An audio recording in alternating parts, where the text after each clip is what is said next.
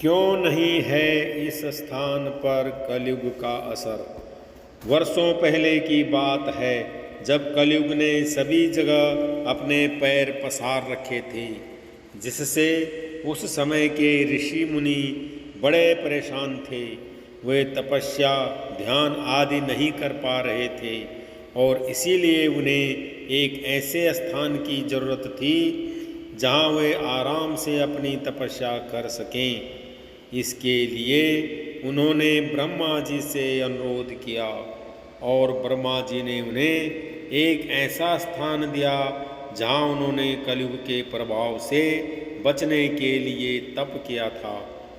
इस स्थान पर सभी तीर्थों का वास है, इसलिए इस स्थान की यात्रा के बिना सभी तीर्थों को अधूरा माना गया है। वर्तमान में अभी कलयुग का दूसरा चरण चल रहा है।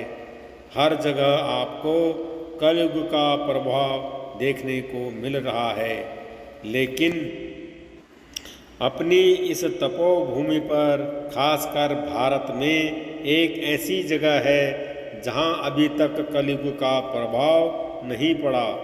आज हम आपको जिस जगह के बारे में बताने जा रहे हैं उसका इतिहास बहुत ही विचित्र है एवं प्राचीन है। इस तीर्थ स्थान के दर्शन के बिना चार धाम की यात्रा अधूरी मानी जाती है। यह स्थान तीर्थों का भी तीर्थ है। इसे भारत भूमि का महान तीर्थ का दर्जा दिया गया है। पाताल भुवनेश्वरी के अलावा नैमिषारण्य ही एकमात्र ऐसा क्षेत्र है जहाँ 33 कोटि हिंदू देवी देवताओं का वास माना जाता है।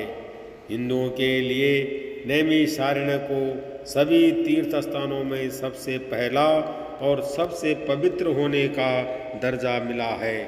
नैमिषारण्य का वर्णन वेद पुराण से लेकर हर हिंदू धर्म ग्रंथ में मिलता है। श्रीमद् भागवत महापुराण, महाभारत, वायु पुराण, वामन पुराण, पद्म पुराण, शिव पुराण, देवी भागवत पुराण, यजुर्वेद का मंत्र भाग श्वेताश्वर उपनिषद, प्रश्नोपनिषद, अग्नि पुराण, गरुड़ पुराण, स्कंद पुराण, विष्णु पुराण, कालिका तंत्र, कर्म पुराण, शक्ति यामल तंत्र, श्री रामचरितमानस, यागिना तंत्र आदि ग्रंथों में इस स्थान का उल्लेख मिलता है। यही वह स्थान है जहाँ महापुराणों की रचना हुई थी। महाभारत काल में युधिष्ठिर और अर्जुन भी यहाँ आए थे। इतना ही नहीं, प्राचीन काल में 88,000 ऋषि मुनियों ने इसी स्थान पर कठोर तपस्या की थी। इसलिए इस स्थान को तपोभूमि कहा जाता है। नैमिषारण्य स्थान के बारे में आप वाल्मीकि रामायण के युद्ध कांड में भी पढ़ सकते हैं। जी हाँ दोस्तों, सही पहचाना आपने। हम बात कर रहे हैं नैमिषारण्य की। यह उत्तर प्रदेश के सीतापुर गांव में स्थित है। यह हिंदुओं का प्रसिद्ध तीर्थ स्थल है। यह लखनऊ से 80 किलोमीटर दूर गोमती नदी के तट पर स्थित है। इस स्थान को नैमिषारण्य, नैमिष या नीमसार के नाम से भी जाना जाता है, जिसका अर्थ है नैमिष यानी निमिष किंवा निमिष तथा आरण्य यानी अरण्य अर्थात वन क्षेत्र, परमात्म तत्व का क्षेत्र। कहा जाता है कि ब्रह्मा जी ने खुद इस स्थान को ध्यान योग के लिए सबसे उत्तम बताया था।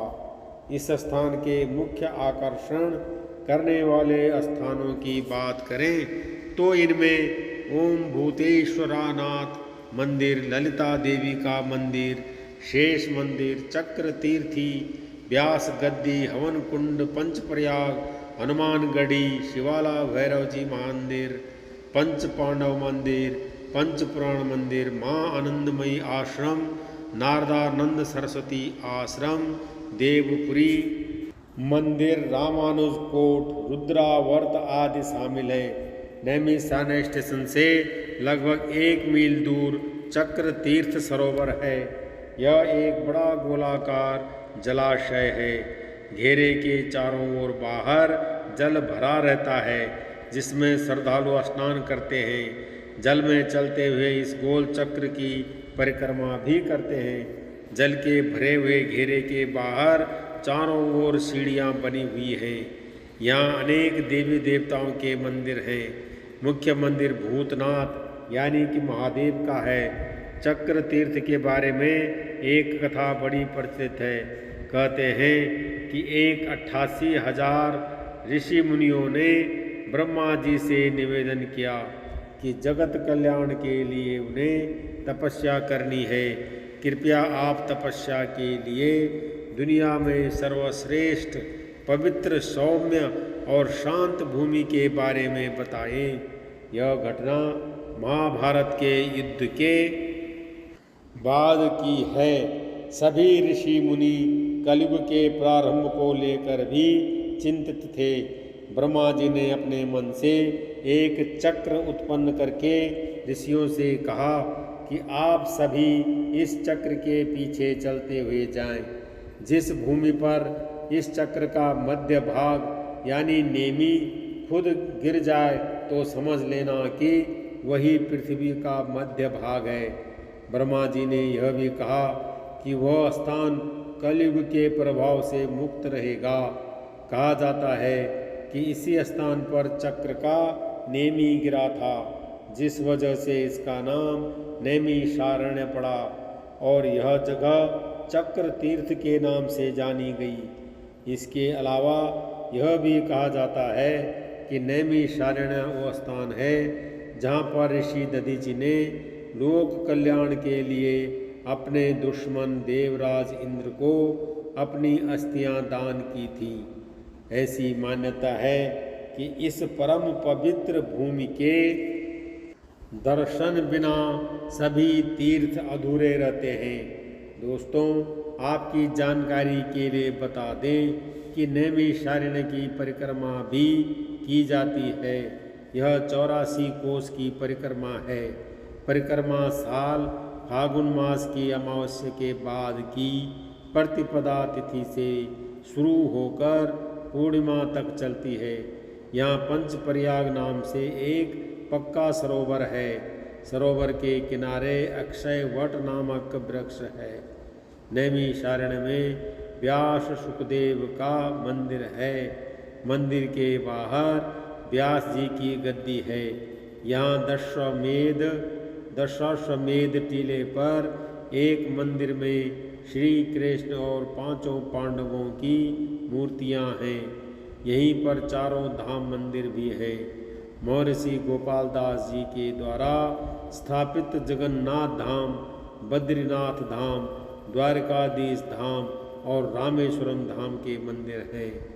नैमिषारण्य को सत्य युग या कृत युग से जाना जाता है, जो सबसे प्राचीन युग है। यह एक पवित्र स्थल है जहाँ कई संतों ने अपने पापों का प्रायश्चित किया है। हिंदू पौराणिक कथाओं के अनुसार माना जाता है कि चक्र तीर्थ का निर्माण ब्रह्मा के हृदय से निकले चक्र से हुआ था। इस झरने में स्नान करने से सभी पापों से मुक्ति मिल जाती है। व्यास गद्दी एक वैदिक विद्वान है। व्यास ने पुराणों की रचना की और वेदों को 4 भागों में विभाजित किया और अपना ज्ञान जैमिनी, अंगिरा, पैल, सुखदेव, वैशंपायन और सुत को दिया। व्यास ने वेदों की भी रचना की और उन्हें 4 भागों में विभाजित किया। श्री ललिता देवी मंदिर शिव की पत्नी सती ने आत्महत्या कर ली, जिसके बाद शिव उनके शरीर को मंदिर के मैदान में ले गए। यात्रा के दौरान उनका शरीर 108 टुकड़ों में विभाजित हो गया, जिसमें कि देवी सती का हृदय नैमिषारण्य में गिरा और आज वह ललिता देवी के नाम से जाना जाता है, जो भारत के शक्तिपीठों में से एक है। यह मंदिर भगवान वेंकटेश्वर को समर्पित है और यह विशेष रूप से आंध्र प्रदेश से बड़ी संख्या में भक्तों की भीड़ यहाँ इकट्ठी होती है। उन तीर्थयात्रियों को समायोजित करने के लिए जो मंदिर के मैदान में रात भर रुकना चाहते हैं, उनके लिए मंदिर के मैदान के अंदर रहने का प्रबंध किया जाता है। देवताओं के शासक इंद्र ने ऋषि दधीचि से विनती की कि वे अपनी हड्डियां दे दें ताकि वह राक्षस वृत्रासुर को मार सकें और दुनिया को बचा सकें। उन्होंने स्वीकार किया, लेकिन केवल एक शर्त पर, और वह यह कि वह सभी क्षेत्र की सभी पवित्र नदियों और स्तरों का दौरा करने के बाद ही ऐसा करेंगे। देवता हड़बड़ी में थे और उन्होंने दधीचि की शर्त को पूरा करने के लिए इस स्थान पर सभी स्थानों को एक साथ इकट्ठा किया, जिसके बाद दधीचि जी ने अपनी हड्डियों को त्याग दिया, जिनका उपयोग वज्र बनाने के लिए किया गया था। उस वज्र से वृत्रासुर और उसके अनुयायियों का वध किया गया। इस कुंड में स्नान करना भारत के सभी पवित्र स्थानों में स्नान करने के बराबर माना जाता है। इस स्थान पर वेद व्यास के शिष्य ऋषि सुत ने 88,000 ऋषियों को हनुमान गद्दी और पांडव किला, ये दुनिया के 2 सबसे शक्तिशाली योद्धा माने जाते हैं।